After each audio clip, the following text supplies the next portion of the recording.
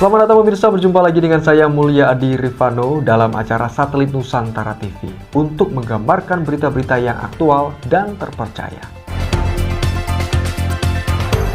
Kapus Penkum Kejaksaan Agung Republik Indonesia Herly Siregar menanggapi terkait munculnya nama Budi Ari, mantan Menteri Kominfo terkait kasus judi online, Senin 19 Mei 2025. Herly Siregar mengatakan majelis hakim dalam memeriksa dan mengadili suatu perkara tentu didasarkan surat dakwaan. Dalam kasus ini ada beberapa orang yang sudah jadi terdakwa.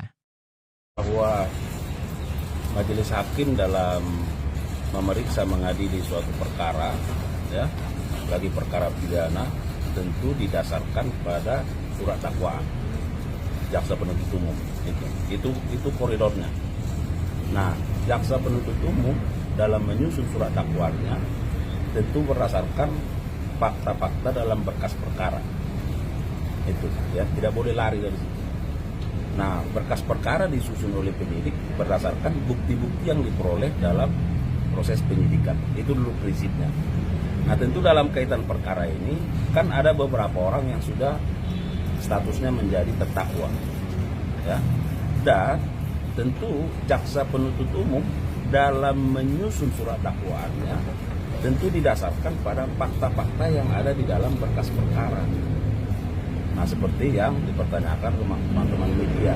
Nah, lalu seperti apa nanti? Maka kita lihat dalam proses persidangan ini, ya. Karena apa? Karena proses persidangan ini dilakukan adalah untuk mencari kebenaran material yang didasarkan pada berbagai alat bukti. Nah, dan nanti keterangan saksi-saksi, kemudian apakah ada bukti surat misalnya, bagaimana keterangan dari para terdakwa, kemudian bagaimana petunjuk, ya. Nah, inilah yang akan dinilai oleh majelis hakim. Nah, itu.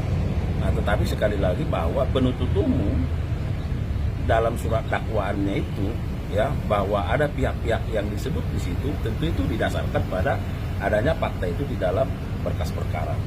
Nah, namun ya, yang kedua, tentu pertanyaannya adalah apakah yang bersangkutan termasuk menjadi saksi dalam berkas perkara, ya. Itu yang harus kita cek, ya.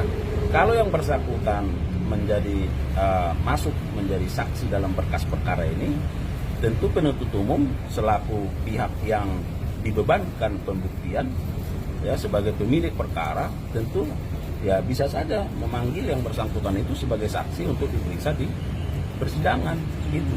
Nah, itu dia.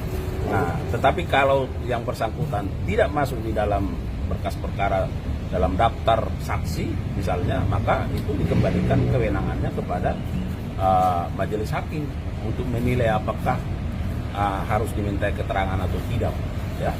Nah, jadi ini sedang berproses. Nah, kemudian seperti yang saya sampaikan bahwa tentu dasar dari penuntut umum menyebutkan pihak-pihak itu dalam surat dakwaannya didasarkan pada fakta-fakta yang ada di dalam berkas perkara. Baik, berarti artinya Pak, ini penuntut umum sudah sebelumnya itu sudah menelaah, Pak, bahwa itu Menteri Koperasi sekarang itu sudah diperiksa atau enggak sebagai saksi atau gimana, Pak?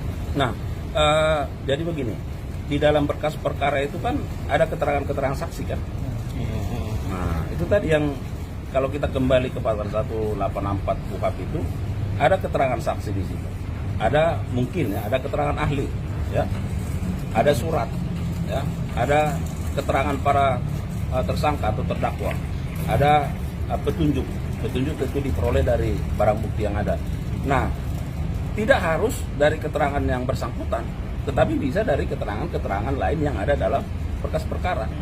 Nah, itu yang saya sebutkan tadi, yang perlu kita pastikan adalah apakah yang bersangkutan itu pernah diperiksa sebagai saksi di dalam berkas perkara. Masuk nggak yang bersangkutan dalam daftar saksi? Kalau masuk, tentu nanti penuntut umum bisa menjadwal untuk dipanggil dan diperiksa di persidangan sebagai saksi, ya kan? Nah, kalau tidak, ya kalau memang dari keterangan-keterangan nanti di persidangan ternyata kuat bahwa peran pihak-pihak terkait, hakim bisa menentukan sikap seperti apa. Itulah fungsinya majelis hakim yang memimpin mengadili perkara ini. Nah, itu dia. Ya. Keterangan saksi yang dihadirkan di persidangan selain dari Budi Ari, mereka menyebutkan ada keterkaitannya dengan Budi Ari ini terkait dana-dana yang masuk itu. Apakah Kejaksaan Agung sendiri akan menyelidiki secara terpisah selain dari pihak Polda gitu, Pak?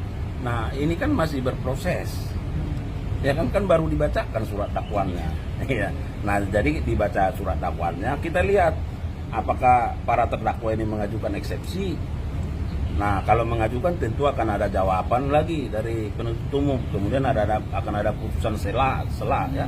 Kalau misalnya tidak mengajukan eksepsi, tentu akan diperiksalah saksi-saksi. Nah, konteks perkara ini, sekali lagi konteks perkara ini kan yang melakukan penyidikannya terhadap perkara judi online ini dilakukan oleh teman-teman di Polri. Posisi kami adalah sebagai penuntut umum, ya, sebagai jaksa penuntut umum. Jadi itu harus bisa dipisahkan. Ya. Nah, itu yang saya sampaikan tadi.